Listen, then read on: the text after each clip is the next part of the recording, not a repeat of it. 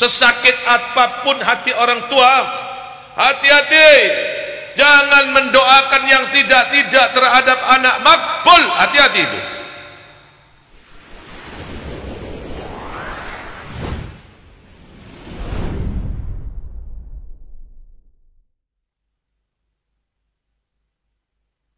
Assalamualaikum warahmatullahi wabarakatuh.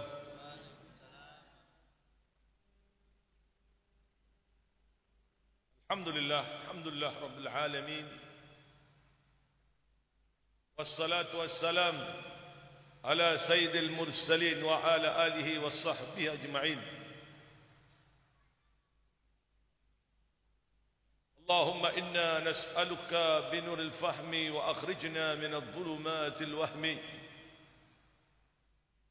waftah abwaab rahmatik wanshur alaina hikmatak ya arhamar rahimin. اللهم إنا نسألك فهم النبيين وحفظ المرسلين وإلهام الملائكة المقربين. اللهم أغننا بالعلم وزينا بحلم وأكرمنا بالتقوى وجملنا بالعافية يا أرحم الراحمين يا أرحم الراحمين يا أرحم الراحمين. سبحانك لا علم لنا إلا ما علمتنا إنك أنت عليم الحكيم. صلى الله على سيدنا محمد النبي أمي وعلى آله وصحبه وسلم. الحمد لله رب العالمين. Alhamdulillah, di mana pada malam ini rutinitas Majlis Ta'lim Al-Fatah Akbar bertepatan di tempat pengacara Majlis Ta'lim Al-Fatah Bapak Haris Sarjana Hukum yang selalu mendampingi setiap permasalahan-permasalahan majlis ini. Kita doakan beliau mudah-mudahan diberikan panjang umur oleh Allah, sihah wal afiyah, dibukakan barakah dari langit dan dibukakan barakah dari bumi oleh Allah Ta'ala, dan keluarga besarnya dijadikan keluarga besar yang sakinah, mawaddah, warahmah. Demikian juga kepada kita yang hadir pada malam ini semuanya. Amin ya rabbal alamin.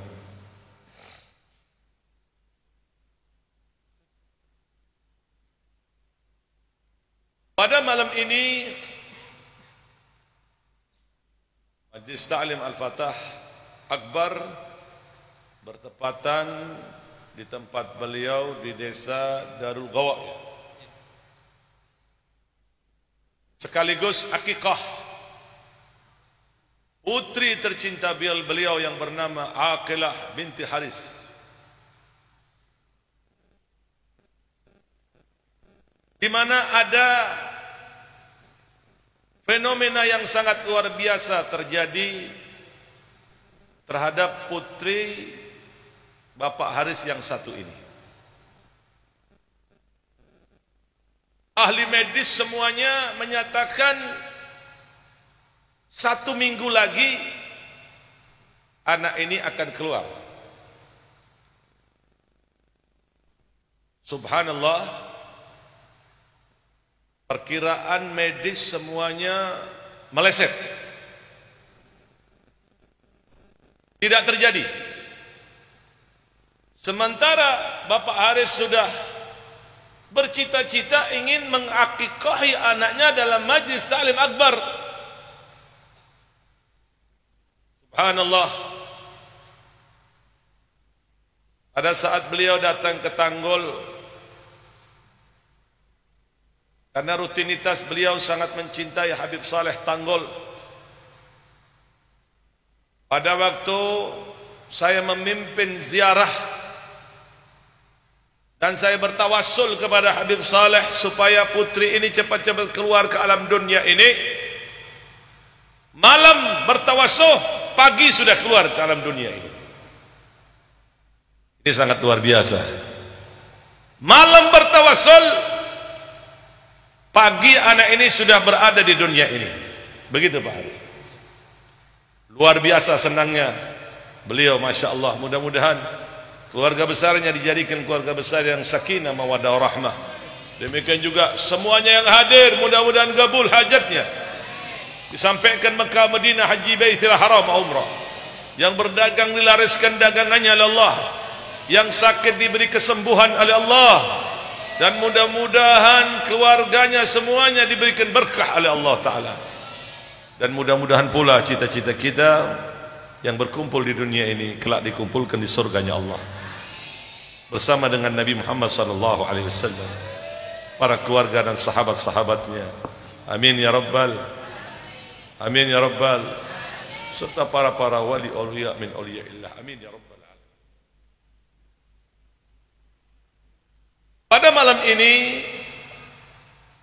saya akan membuka tabir dari hikmah akikah. Apa sih makna akikah ini? Begitu banyak tafsiran para ulama yang mengartikan makna akikah menurut lughatan dalam segi bahasa.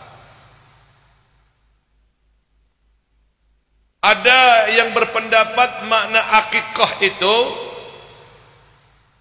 rambut yang tumbuh di kepala bayi itu namanya akikah. Diambil dari kata akakah. Ada yang meriwayatkan diambil dari kata akakah ini karena sifatnya membelah. Maknanya daging kambing yang dipersembahkan untuk akikah ini dibelah-belah. Togel, potong-potong. Ada pula yang menerangkan makna akikah itu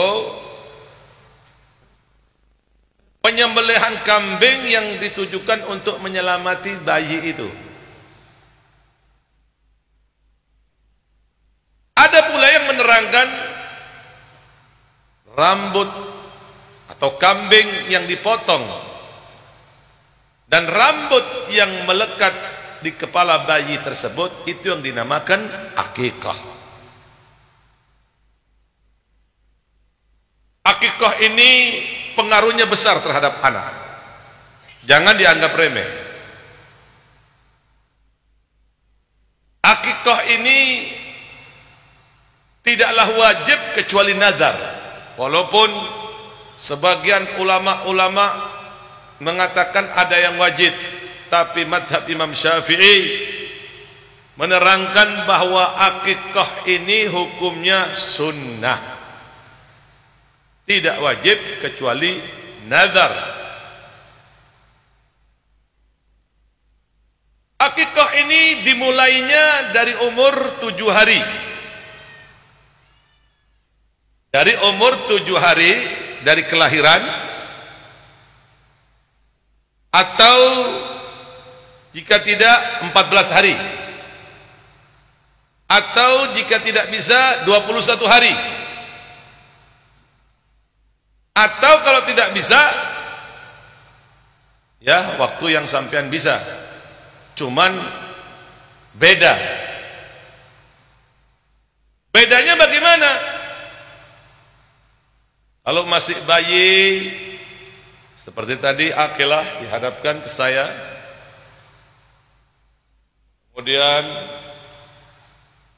dadanya dibacai, kepalanya dibacai, kemudian dilumatkan kurma dimasukkan ke mulut bayi, kemudian rambutnya dipotong, besok dilanjut pemotongan itu digondol habis. Setelah digondol habis, dari rambut itu ditimbang dengan timbangan emas. Berapa gram? Kalau ketemu umpama 1 gram atau 2 gram, dikroskan dengan uang. Kalau 1 gramnya umpama 500, ini beratnya 2 gram berarti 1 juta. Nah, sedekahkan dibagi ke fuqara masakin. Siapa menurut beliau yang pantas untuk menerima di kampung ini atau di tempat lain? Nah, kalau umpamanya sudah umur 40 tahun rambutnya kribo, Ria saya palang ya. Bong sekilo. Apa? Bagaimana nih timbangan sekilo itu? Ini pancor biasanya telur ya.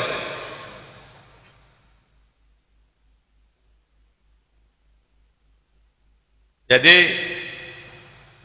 dilakukan pada umur 7 tahun itu bagus, atau 7 hari bagus, atau lebih dari 7 hari, atau kalau tidak 14 hari, atau kalau tidak sampai 21 hari. Kemudian akikah ini ada syaratnya, tidak sah akikah dengan PT. Tidak sah akikah dengan kok tongkol, kok cakalan. Tidak sah akikah ini dengan mempersembahkan yang tidak dianjurkan oleh Nabi. Oh, ini dijelaskan, harus dijelaskan. Saya pernah di pengajian itu, setiap pengajian akikah tuan rumah. Sebentar anaknya, sebentar tetonggonya, sebentar ini. Yang disodorkan, maaf, bukan mau menghina, cuman lontong sama ikan. Loh, ini kok akikah ya apa ini? Bukan kita mau memikirkan dagingnya, enggak. Akikah itu harus pakai kambing, kalau mampu kambing. Apa yang bedus setipi, jenis bedus soreng saya kalah. Kalau perempuan 1 kambing, kalau perempuan 1 kambing, kalau laki-laki 2. Sebagaimana sabda Rasulullah sallallahu alaihi wasallam, lil gulami aqiqatani wal jariyati aqiqatun. Untuk anak laki-laki ini diakikahi dengan 2 kambing, afdalnya bertanduk. Umur setahun, bisa setahun ke atas.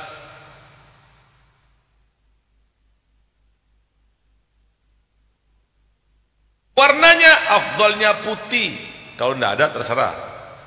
Terakhir hitam, afdalnya putih.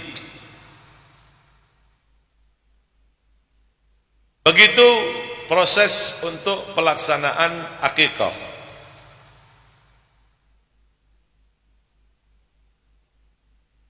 Dan afdalnya penyembelihan itu dimulai yaum sabi', hari ke-7 dari kelahirannya. Kemudian dipotong rambutnya dan dicukur habis kepalanya. Rambutnya dicukur habis, kemudian dikasih nama. Namanya sudah disediakan. Ini yang bagus. Karena anak ini tergadaikan dengan adanya akikah. Sabda Rasulullah sallallahu alaihi wasallam yang berbunyi, al-ghulamun murtahinun bil aqiqah. Anak ini tergadaikan dengan adanya akikah. Artinya ada yang mengatakan pertumbuhan anak ini tidak secepat seperti orang yang diakikahi. Ada yang menyatakan anak ini tidak bisa bermanfaat untuk orang tuanya yang mampu sebelum diakikahi. Artinya tidak bisa memberikan syafaah kalau tidak diakikahi. Nah, ini loh sebagian yang menyatakan akikah wajib dengan dalil seperti ini.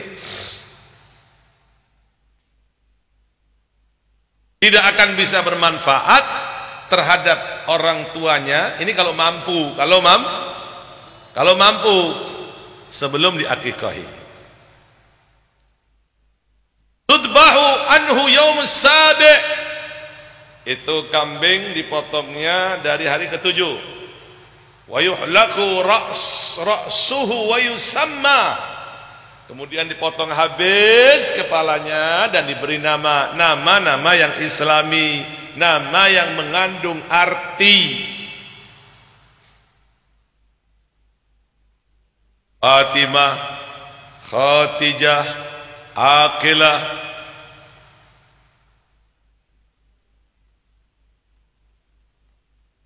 Ada artinya. Aqilah itu apa sih Habib maknanya? Seorang wanita yang cerdas, pandai, bijak. Zainab, Ruqayyah, nama-nama yang islami. Nama-nama yang islami ini, nama ini berpengaruh terhadap pertumbuhan perilaku anak.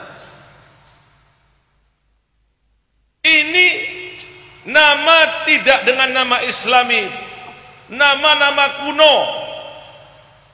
Siapa namanya? Keplak Sukawit. Wah, ini koncone Gajah Mada ini. Kasih nama yang bagus, pengaruh terhadap anak itu. Makanya kalau sampean bikin anak, nama itu sudah disediakan. Nanti kalau perempuan namanya ini, kalau laki ini. Kalau sampean bingung, mbaknya minta nama ini orang tua perempuannya minta ini, bapaknya minta ini, datang ke orang alim. Ayo ya ini mohon barokah. Apa yang diucapkan oleh orang alim ini? Oh, kasih nama anak sampean itu Abdurrahman, kasih nama Fatimah, ya diterima. Sebagian orang tua ngasih nama bingungin. Apa itu? Namanya hasad. Bingung kan? Hasad. Hasad bukan hasud, hasad. Setelah dikoreksi ditanya, apa ini mana hasad? Hasil cinta berdua. Wah. Iya tuh Pak Longor nih. Nama-nama yang islami, nama yang indah, nama yang mengandung keberkahan tersendiri. Cari nama-nama islami, begitu. Sehingga pertumbuhan anak itu nanti gampang melaksanakan amalan kebaikan. Jadi pengaruh nama itu besar. Lihat bagaimanakah sahabat-sahabat yang masuk ke dalam Islam banyak diganti namanya oleh Nabi. Jadi nama itu berpengaruh. Nama itu berpengaruh. Jangan sampai nama itu dianggap remeh. Jadi selain dikasih nama yang bagus, anak tersebut dididik dengan didikan yang baik. Hati-hati. Di era ini, di erazem ini, sudah tidak karu-karuan undang-undang yang dibuat di dalamnya. Kalau dulu kita menjaga anak perempuan lebih ketat lagi, kalau sekarang laki dan perempuan lebih ketat lagi. LGBT sudah disahkan, innalillahi wa inna ilaihi. Makanya tidak ada cara lain untuk mengubah ini. Ganti presiden, ganti presiden, ganti presidennya. Baru semuanya beres.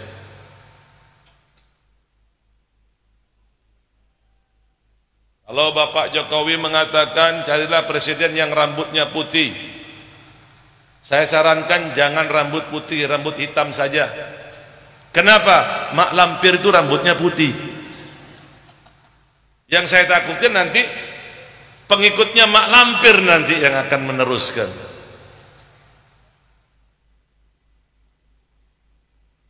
Jadi anak ini dididik dengan didikan Islami. Pertama, anak ini belajar terhadap kedua orang tuanya. Terutama ibu harus sabar memberikan didikan terhadap anak, memberikan bimbingan. Kalau umpamanya ibunya belum bisa, memberikan yang terbaik terhadap anaknya, bapak harus mengambil tindakan sebagai pemimpin, guru utama di dalam rumah tangga, harus dapat membimbing anak-anaknya dengan baik. Pendidikannya harus dilihat. Kalau bapaknya seorang guru, berikan masukan, berikan didikan yang baik, berikan arahan yang baik, sehingga anak ini cantiknya menjadi anak yang berkualitas dan bermartabat nantinya. Orang tua tidak cukup memberi nama yang baik, mendidik yang baik, harus pula memperhatikan dengan siapa anak sampean itu bergaul. Karena penyakit pertama yang menular terhadap anak ini adalah teman. Bahkan kadang-kadang pengaruh teman itu lebih dahsyat daripada pengaruh orang tua. Berapa banyak mereka yang sudah dicuci otaknya oleh temannya, sehingga omongan-omongan orang tua itu sudah tidak masuk lagi kepada dirinya. 70% teman sudah memblokirnya, 30% orang tua sudah tidak mampan lagi masuk ke dalam jaringan otaknya. Ini akibat keterlambatan orang tua mengambil tindakan terhadap anak. Harus anak ini dididik pergaulannya dengan pergaulan yang baik, dengan cara yang baik, karena anak ini nanti kemana arah anak ini tergantung dari orang tuanya. Begitu anak sampean ini dilihat sudah sanggup, pondokkan. Kalau sampean sudah tidak sanggup memberikan masukan ilmu karena keterbatasan pengetahuan, sampean pondokkan. Dipondokkan. Di pondok itu serahkan sama kiainya, sama ustadznya, sama habibnya. Sampean aja melok-melok. Terserah bagaimana cara pendidikannya mereka. Karena sebagian orang-orang soleh ini selain memberikan bimbingan dengan ilmu, mereka juga mendoakan terhadap para murid yang belajar kepadanya. Jangan heran sampean kalau dilihat di satu pesantren umpama pelajarannya biasa-biasa saja, tapi anak ini kok cepat dibuka ya ilmu zahir, ilmu batin ya, karena doa dari sang guru tadi itu. Memohonkan kepada Gusti Allah agar murid-muridnya diberikan futuhatul kubra, dibukakan ilmu zahir, dibukakan ilmu batin. Kemudian orang tua ini harus memahami situasi anak tersebut. Ingat, apapun yang terjadi, kalau umpamanya ada pelanggaran-pelanggaran yang dilakukan oleh anak ini, carilah dengan jalan keluar yang terbaik. Nasihati dengan baik, beri masukan yang baik, ingatkan yang baik. Kalau sudah dengan nasihat yang baik tidak mempan, bimbingan yang baik tidak masuk, peringatan-peringatan yang baik dianggap remeh. Nah, orang tua harus bisa mengambil tindakan. Boleh memukulnya, tapi pukulan didikan, pukulan untuk mengambil efek jerah. Dan memukul ini jangan sampai orang tua, terutama ibu,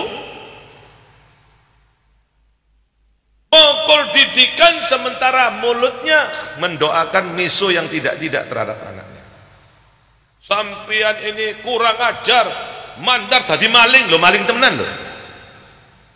Akhirnya besar jadi maling, hati-hati. Sesakit apapun hati orang tua, hati-hati. Jangan mendoakan yang tidak-tidak terhadap anak, makbul, hati-hati itu. Dulu ada di Timur Tengah salah satu syekh di mana cerita saya ini dulu nakal. Tapi karena berkat orang tua saya mendoakan saya lewat pukulan. Waktu saya dipukul, hati orang tua saya menangis melihat perilaku saya yang tidak baik. Lalu orang tua saya berucap, mudah-mudahan kau jadi hafal Quran, nak. Mudah-mudahan kau jadi orang alim. Mudah-mudahan Allah bukakan hatimu. Mudah-mudahan Allah berikan keberkahan kepadamu, nak. Mudah-mudahan dibukakan pintu taubat. Mudah-mudahan kau jadi orang besar. Ternyata lebih manjur ucapannya dibanding pukulannya. Allahumma shalli ala Muhammad. Hanya hati-hati ya. Saya ingatkan hati-hati untuk orang tua. Sesakit hati apapun, sampai mukul dengan pukulan didikan, tapi lidah sampai harus berucap, mudah-mudahan kau nak menjadi orang alim. Mudah-mudahan nak kau akan menjadi orang yang hebat. Mudah-mudahan menjadi hafal Quran. Itu doa bisa makbul, tembus sampai ke langit itu. Dan orang yang berbakti terhadap orang tua, orang yang durhaka sama orang tua, Allah akan balas keadaannya di dunia ini sebelum di alam akhirat. Hati-hati untuk mereka yang punya orang tua, mengalahlah sampai sebentar aja terhadap orang tua sampean. Mengalah sampean. Sampean itu diolahnya dari darah dagingnya. Apa salahnya kalau sampean itu mengalah? Sabarlah, tekan hati ini. Jangan karena suami berani terhadap orang tua, jangan karena istri sampean ini berani terhadap orang tua. Bahkan tidak jarang mengata-ngatain orang tua dengan ucapan yang tidak baik, mencaci maki orang tua gara-gara istri, gara-gara suami. Hati-hati, kalau terjadi perselisihan, sampean harus bisa mensterilkan dua-duanya. Sterilkan orang tua sampean, sterilkan suami sampean. Semuanya akan baik-baik. Mereka mempunyai pola pikir masing-masing. Jadikanlah penengah sampean dengan jalan yang baik. Baru-baru ini terjadi di daerah mana? Jawa Tengah atau di mana itu? Anak yang durhaka. Ini kejadian baru loh ini. Ini kejadian baru, belum sampai setahun. Di mana anak ini durhaka terhadap orang tuanya. Sombong terhadap orang tuanya. Begitu melihat itu, orang tuanya sempat dipukul sama anaknya. Anak mukul orang tua.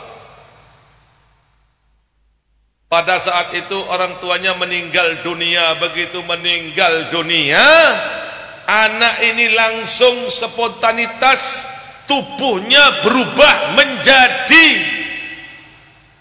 kuda. Kaki mulai dari itu seperti kuda, kakinya berubah jadi kuda. Ini ada.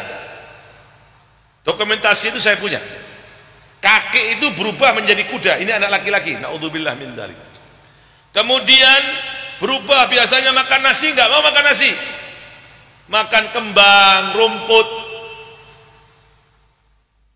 2 hari kemudian, 3 hari kemudian, 4 hari kemudian, 5 hari kemudian, seminggu kemudian, rambutnya berubah, wajahnya berubah seperti kuda. Hati-hati. Orang tua sehebat apapun sampean, kasihan ono anak sampean, angkat doa.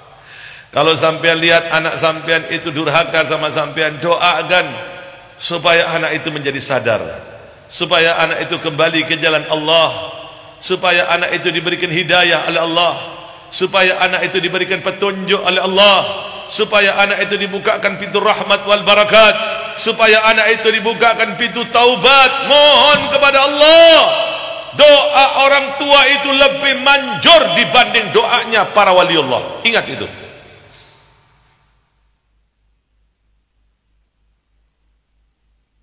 Hanya sampean kalau sudah tahu begini, para orang tua ini jangan sesekali doa yang tidak bid'ah. Berucap harus difikir. Setiap hari sampean doakan kepada anak sampean. Sampean lihat orang-orang sukses itu kebanyakan barokah dari doa dari orang tuanya. Bapak Soeharto itu orang yang sangat luar biasa, orang yang sangat istimewa jasanya di Indonesia ini. Betul tidak? Betul tidak? Betul tidak? Yang ia lakukan semata-mata karena Allah. Ternyata kuncinya dia berbakti sama orang tuanya, terutama ibunya sendiri.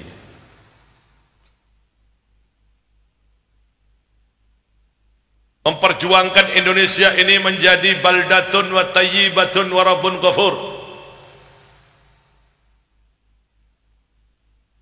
Dari kedaulatan bangsa yang dahulunya mengalami problema-problema kemudian akan diubah menjadi komunis, beliau bertindak, berkat beliau alhamdulillah Indonesia menjadi makmur. Nah, sekarang ini Indonesia mulai dijajah lagi, tinggal setahun lagi kita harus bergandengan tangan, harus ikutin para ulama. Setuju? Setuju tidak? Ulama yang betul-betul punya takut kepada Gusti Allah. Ingat, Indonesia sekarang tidak dalam keadaan baik-baik, dalam keadaan sekarat, butuh bantuan sampean untuk memberikan dukungan tahun 2024. Pilih presiden yang berprestasi, presiden yang sudah jelas-jelas mendapatkan penghargaan dunia, presiden yang betul-betul bermanfaat untuk anak bangsa, presiden yang dapat mengangkat kedaulatan Republik Indonesia ini. Makanya nanti kita bersama-sama untuk menyuarakan ini. Ingat, para kiai, para ustadz, para habaib, jangan buta politik kalian. Jangan anti politik. Kalau orang baik tidak berpolitik, maka orang jahat yang berpolitik. Indonesia ini merdeka akibat keterlibatan para kiai, para habaib, para tokoh masyarakat ikut dalam politik identitas.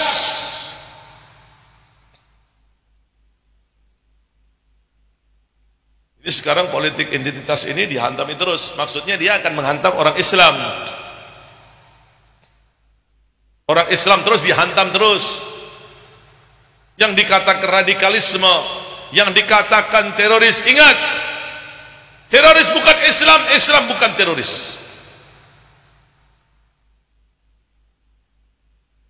Jadi kita harus sadar, kita harus bersama-sama memperjuangkan bumi pertiwi ini agar jangan sampai musuh-musuh dalam selimut itu menguasai bumi pertiwi ini. Mereka tahu kelemahan bangsa Indonesia, penduduk Indonesia hanya satu: uang. Jangan tukar negara sampean hanya dengan beras.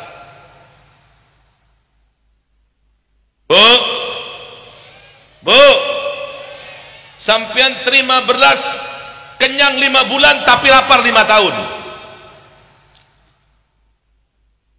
Pak, sampean terima uang 5 juta tapi sampean menjadi fakir 5 juta 5 tahun.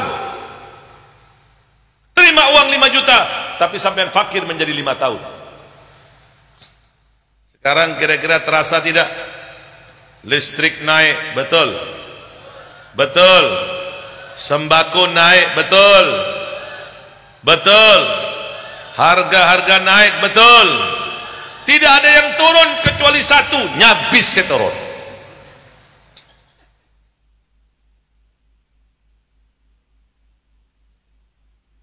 Gimana? Betul Habib? Semuanya naik, nyabis setorot.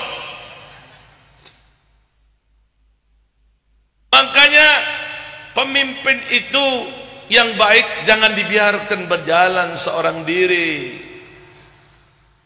Kalau orang baik tidak didukung, orang jahat yang akan memimpin.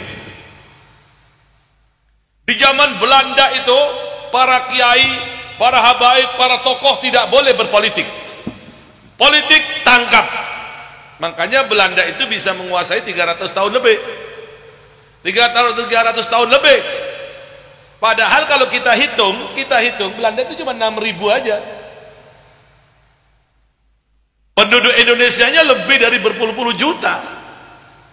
Karena apa? Karena buta politik, dibutakan politik.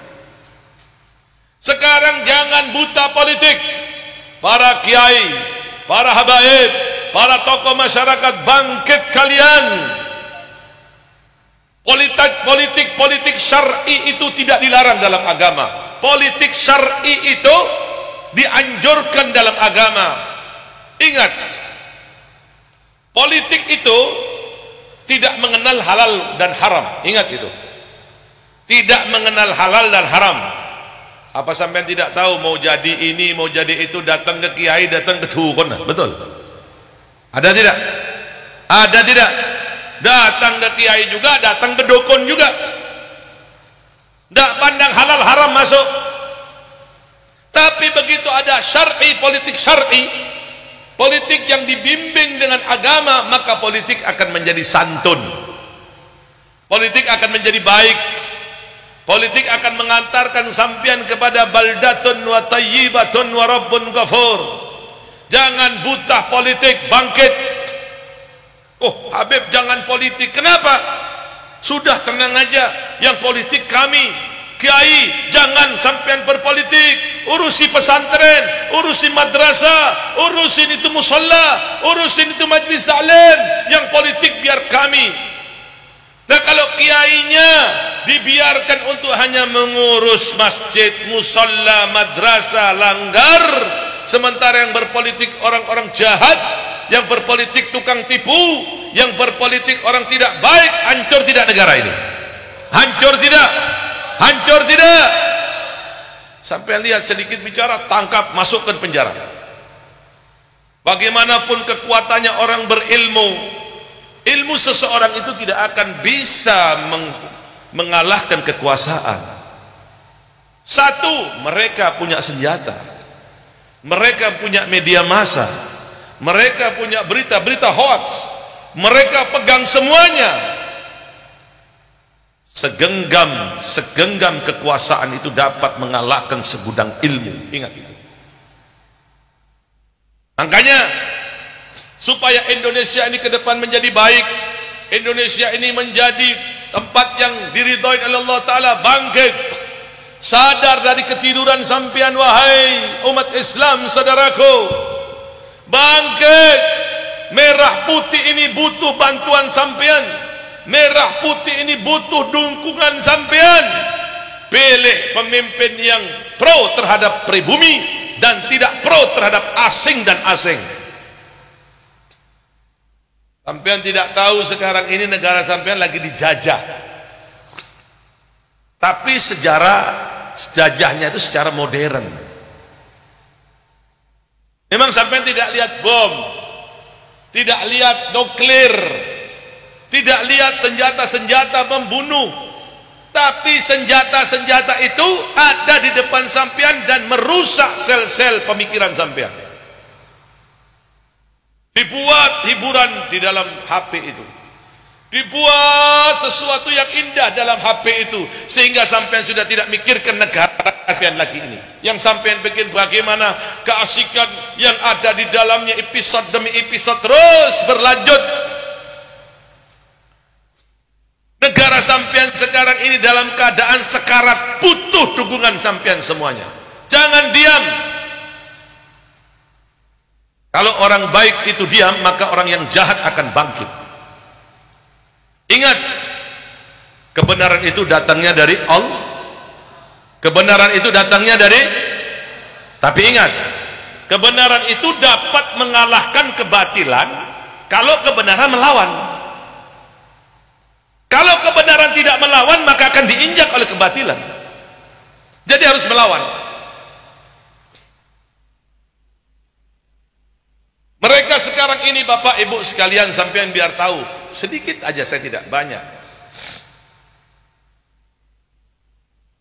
Memang tidak dengan jalur perang, saling membunuh, tapi dengan strategi yang licik, diutangi sampai.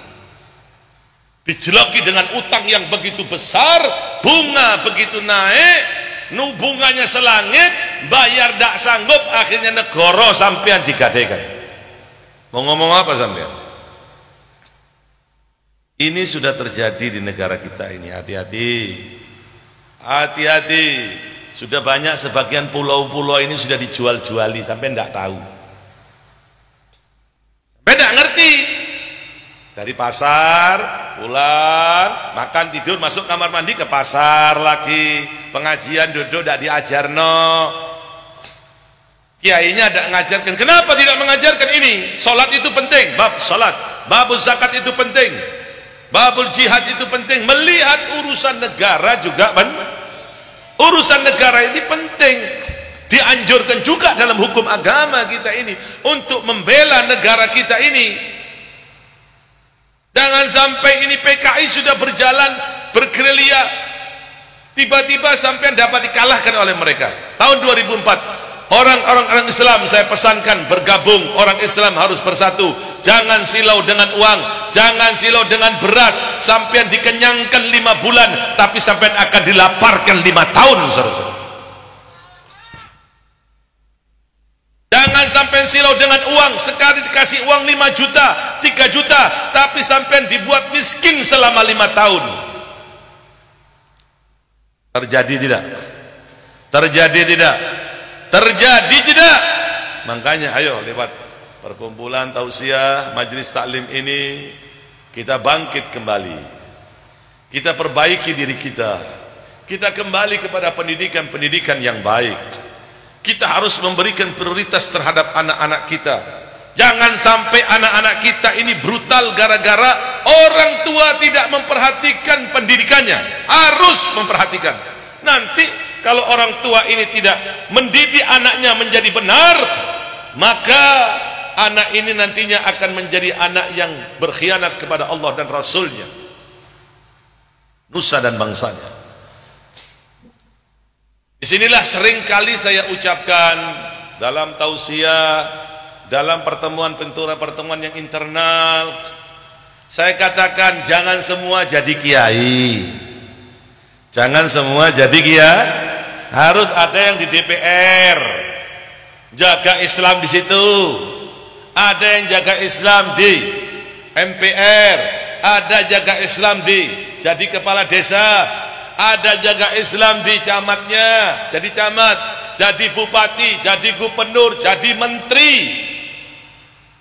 Islam ini kuat kalau sudah dijaga oleh orang-orang yang bertakwa kepada Gusti Allah. Makanya dari sekarang anak sampean harus sampean didik dengan benar. Jangan sampai keliru, jangan sampai menyesal nanti sampean gara-gara kelalaian sampean sebagai orang tua. Berikan yang terbaik terhadap anak. Doa mohon kepada Gusti Allah. Gusti, ya Allah, jadikan anak saya ini ulama, jadikan anak saya bermanfaat untuk Islam.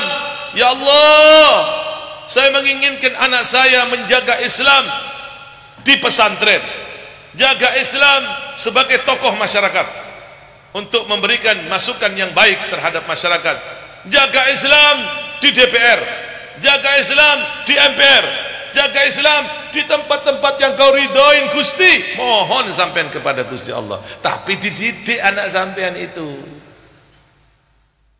supaya anak sampean itu nantinya menjadi anak yang saleh dan salehah. Mudah-mudahan apa yang saya sampaikan ini bermanfaat dan barakah.